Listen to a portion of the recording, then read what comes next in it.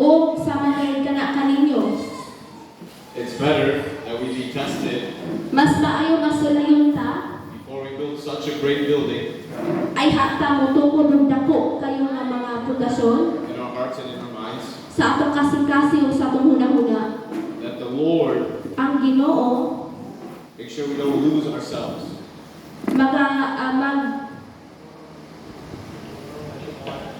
atong siguron nga dili mawala ang atong pagtuon niya sa atong Ginoo. And we take this loss, Kung atong kuwaon kini mga kawadon, we take this time,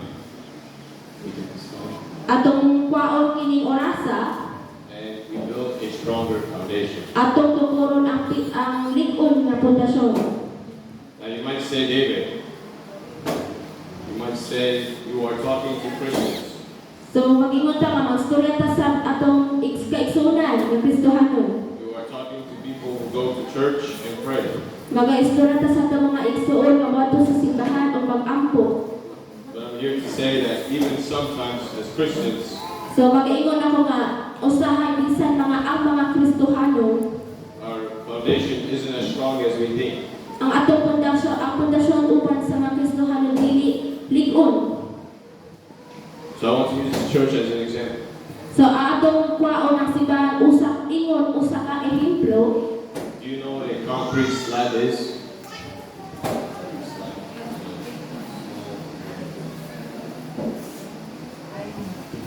Concrete slab?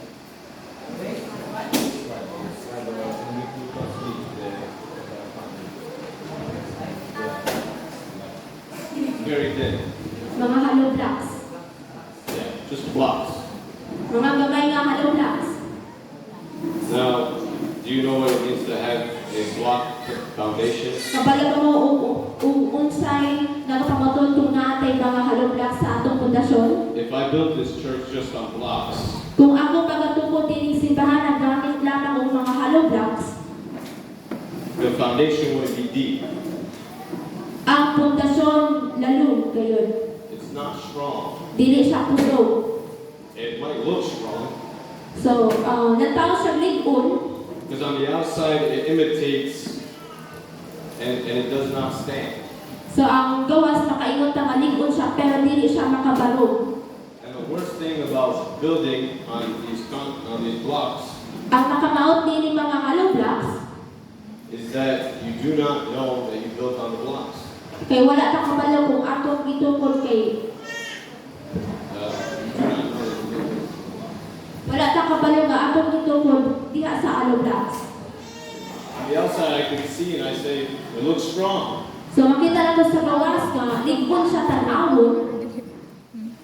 But yet, we fooled ourselves.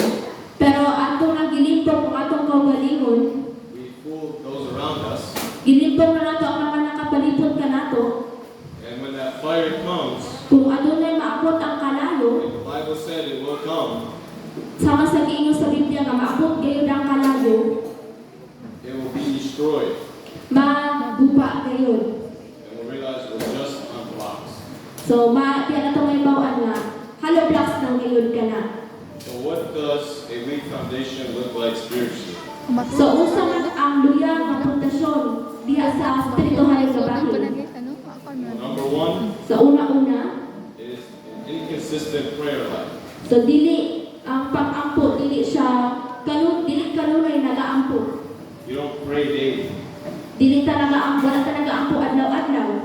You only pray when you're in a time of need or crisis. So nagaampo lamang kita sa mga oras na kailangan nato o sa mga pagsulay sa atong kinabuhi.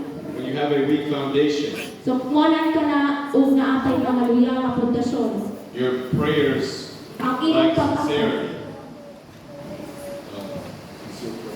So ang imong pag-ampo kay ang kinasing-kasing. And it's more of a routine. So naimong kining gianaran nato. Very short, you say, God, I need this, I need this, and I need this. Moingon nato nga kinahanglan ako kini Ginoo kana akong gusto. But yet you don't pray out to God of what is actually in your life. So wala ta nagaampo kung sa Ginoo kung unsa gayon ang gusto nato sa atong kinabuhi. A person who has a strong foundation in Christ Ang tao nga adunay someone who prays daily. Mao ka na ang mga tao nga adlaw-adlaw nagadayeg sa Ginoo. Someone who comes and communicates with God every day. Adlaw-adlaw nga nakipagkomunikar diha sa Ginoo. Can you imagine, for example, Mauna-una ang ninyo.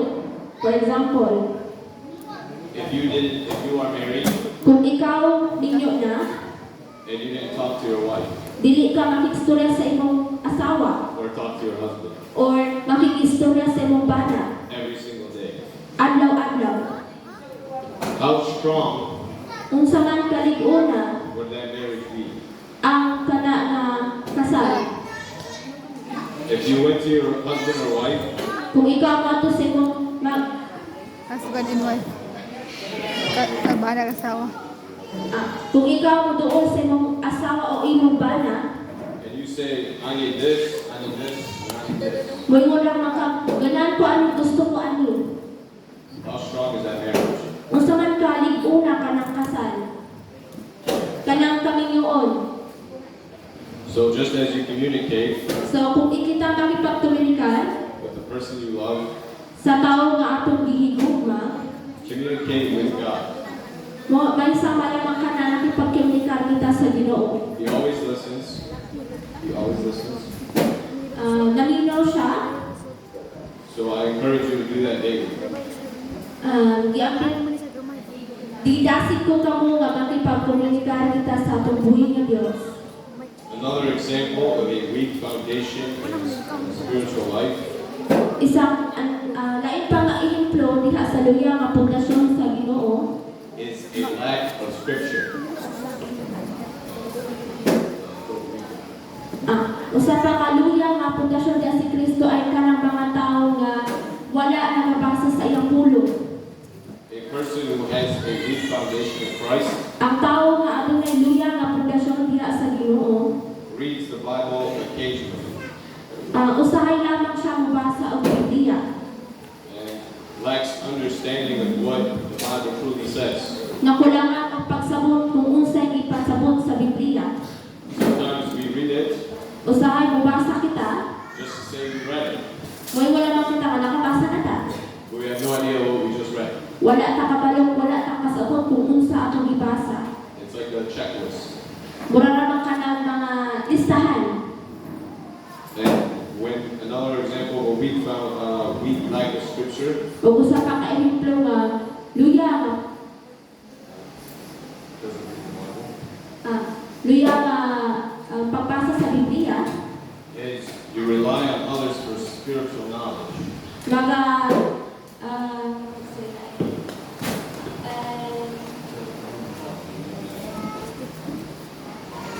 nagsalit ka sa uban sa spiritual nga pagsabot.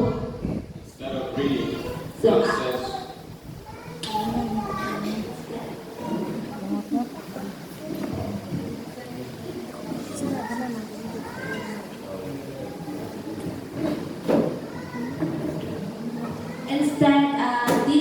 instead nga mubasa ka sa atong kaugalingon nga Biblia, so I encourage you, ako dasig ka ninyo, a person who has a solid foundation in Christ, ang tao nga adunay lig-on nga pundasyon diha ka Kristo, reads the Word of God, magbasa sa Biblia, obeys His commandments, magtuo sa iyang mga sugo, magtuman sa iyang mga sugo, and understands what God's will is. o sabton ang pagtuon sa Ginoo. So I encourage you, read your Bibles. So magagadasig ka ninyo, mabasaw na to ang mga Biblia na to. I'll be honest with you on this trip. So, sa akong pag-aral dito sa Pilipinas, I don't have connection to my phone. wala siya connection sa iyang cellphone. But what I do have, and I was grateful for, is the Bible. So, doon na siya, nalipay siya o nagapasalamat siya kay doon na siya komunikasyon which is ang Biblia. I relied more on the Bible Nalasalig ako sa Biblia aron sa paghimo ka na kong lig-on. same. O ako nagaampo nga kamo ingana ko.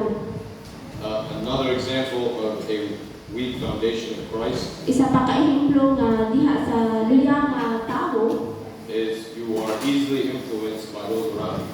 dali lamang kita ma-influensyahan sa mga tao nga nakapalibot ka nato. You are around bad company.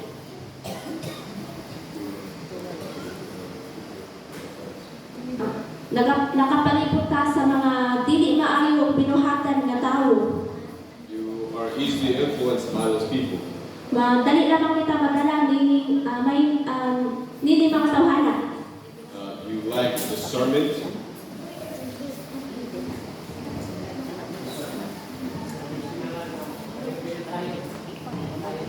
Dili ta mabinantayon. Mabinantayon. Discernment in today's world Mabinantayon ni kalibutan. is understanding what is almost right Mao ang pagsabot kung unsa ang maayo and then understanding what is absolutely right. ug sabto lang unsa ang pinakamaayo. You have to be able to tell the difference. So kinahanglan nga mahibaw-an nato kung unsa ang diferensya nining duha. And a person who has a solid foundation in Christ Ang tao nga adunay lig-on nga pundasyon kang Kristo, is not easily influenced by people in this world. dili sila dali madala nining mga kalibutan, mga buhat sa kalibutan. They understand the difference between absolute right Nakabalo sila sa diferensya sa pinakamaayo and almost right. o hapit nga maayo. They understand what God's will is, Nasabtan nila kung unsa ang pagbuot sa Ginoo, not what they think they've heard. dili lamang sa kung abi nila, dili lamang sa unsa natugan nila, Or what false preachers and false doctrines say.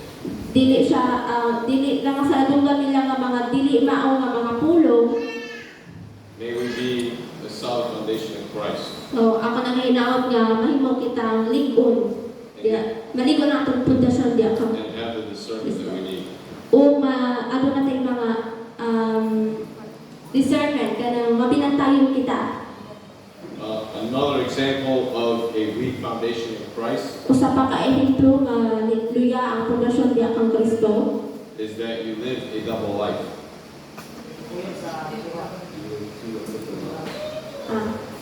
nagkinabuhi kita sa duha ka kinabuhi. You tend to be holy in the church, So, pag abot sa simbahan, balaan ta. but when you are in the world, So, kung nasa ka sa gawas, nasa kalibutan, when you are outside of church, gawas na simbahan, you can't tell if you are a Christian or not. dili ta makaingon nga Kristohanan pa siya o dili. You act very worldly. Kay ang imong binuhatan kalibutanon.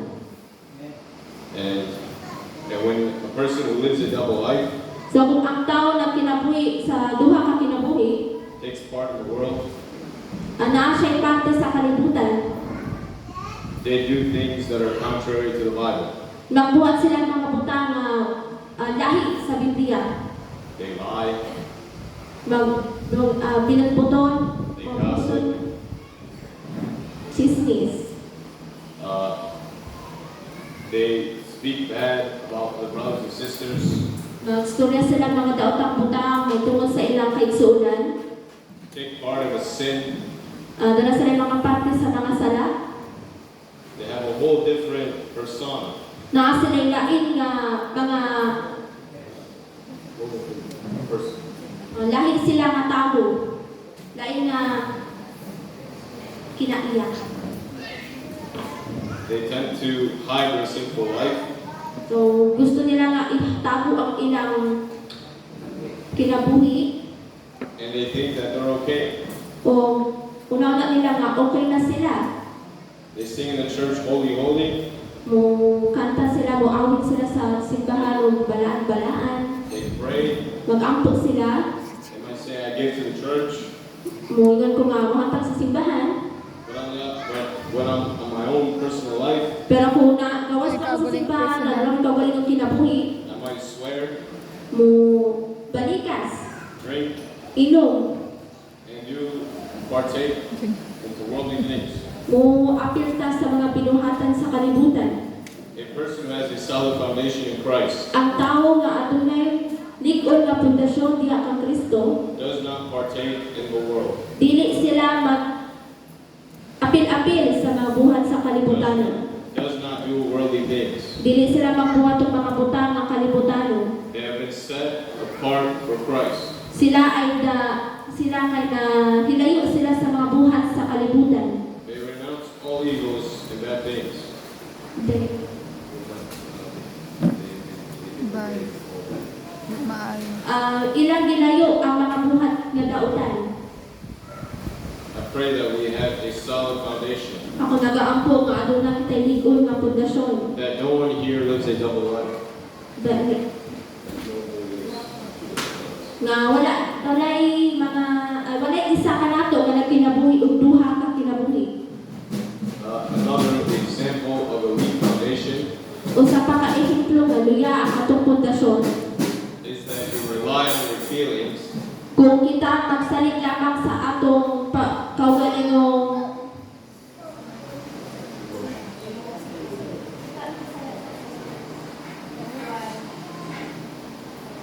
kung magsalig ka sa atong emosyon, rather than your faith. dili ka magsalig sa atong pagtuo, A person who has a weak foundation in Christ ang tao nga luya ang pundasyon diha kang Kristo. is swayed by emotional highs during the services and prayer. So dali lamang sila madala sa ilang emosyon while nagasimba, prayer, gapo. Well, when the church is over, So kung mahuman ang simbahan, that passion fades. so kanang passion. That love Ang kanang pagigugma sa pagdali, mawala na. fades. Mawala na. You tend to see that person So makita na itong kanang matawhana. when circumstances are good, So kung kanang ang iyang kinabuhi maayo, their faith is pretty strong. so ang ayang pagtuo kay lig-on. But that same person, Pero kung kanang tawhana, when it's different circumstances, kung naay-laing nga panghitabo sa kinabuhi, they have a weak faith. na sila mga luya nga pagtuo. It's easy to praise God when things are good. Dali lamang kita makadayong pagsimba sa tungkol nga Diyos kung luya ang atong pagtuo. It's much harder to praise God when you do not have good circumstances. Lisod ang pagdayo sa atong Ginoo kung lisod ang atong kahintang sa kinabuhi. When things change and don't go your way. Kung ang mga butang manahi, dili siya uyon sa atong kaugalingong kabubuton. You get pretty upset and angry. So masuko kayo kita o masuko And your faith kung atong pagtuo, is very weak. luya gayon. A person who has a solid foundation in Christ Ang tao nga lig-on ang pundasyon kang Kristo, is not swayed by emotions, dili sila dali madala sa mga emosyon, is not swayed by the circumstances, dili sila dali mapukan sa mga pangitabo sa kinabuhi. good or bad. Maayo man o dili, I will serve the Lord. mo simba, mo dahil kayo lang sa mga buhay ganun. Happy or sad, Malipay man ako o nagsubo, I will serve the Lord. mo dahil din ko sa akong buhay na Diyos. That is a person with a solid foundation. Mao ka na ang tao na adong lig-on nga pundasyon kang Kristo. Another example Lahi na po nga ehemplo of a weak foundation sa luya nga pundasyon, is we do not have an impact on others. wala tay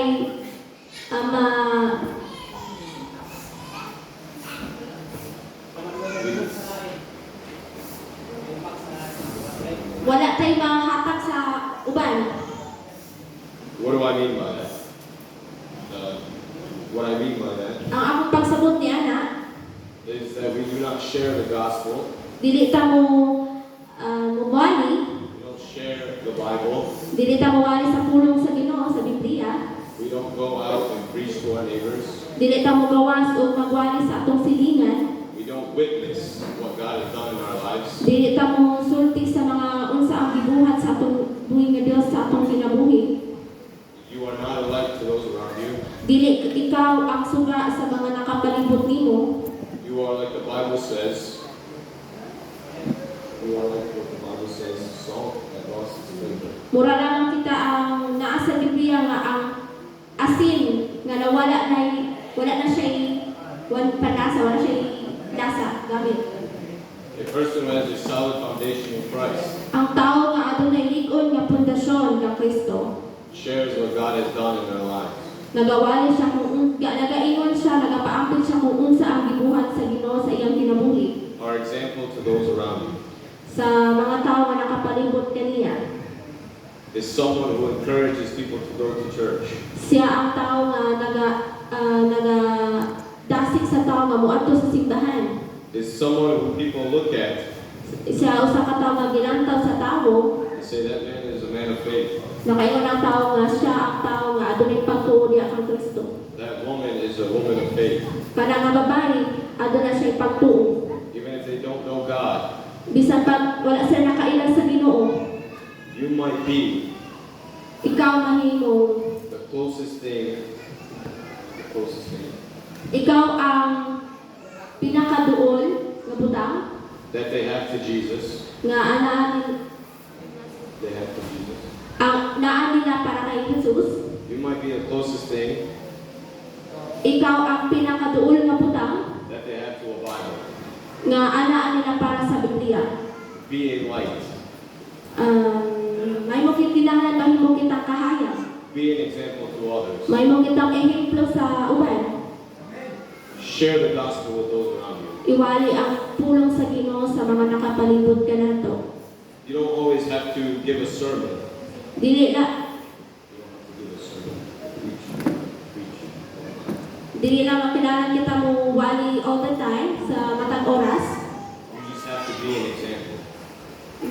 Kinahanglan mo pud kitang ehemplo sa uban. You just have to say what God has done and share your testimony. Moy lamang kita kung unsay gibuhat sa atong buhi nga Dios sa atong kinabuhi sa uban. Before I ever preached,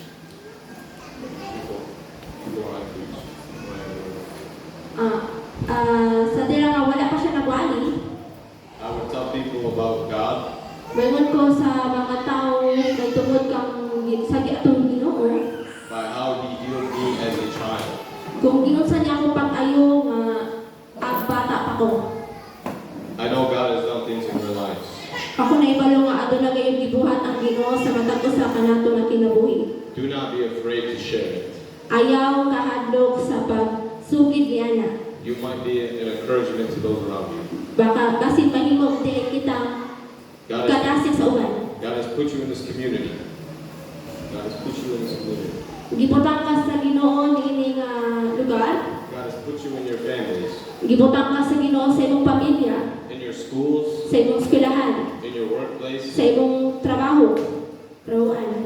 Be an example to everyone. Kinahanglan mo kitang ehemplo sa uban. That is a firm foundation. Mao ka na ang likod nga pundasyon diha kang Kristo. And I pray and you have the courage to do so. Ako nagaampo nga aduna kitay kadasig mubuhat ni ana. Another example of a weak foundation Usa pa ka ehemplo nga ligon ang atong nga luya atong pagtuo kang Kristo. is that they have no fruits of the Spirit. Wala sila'y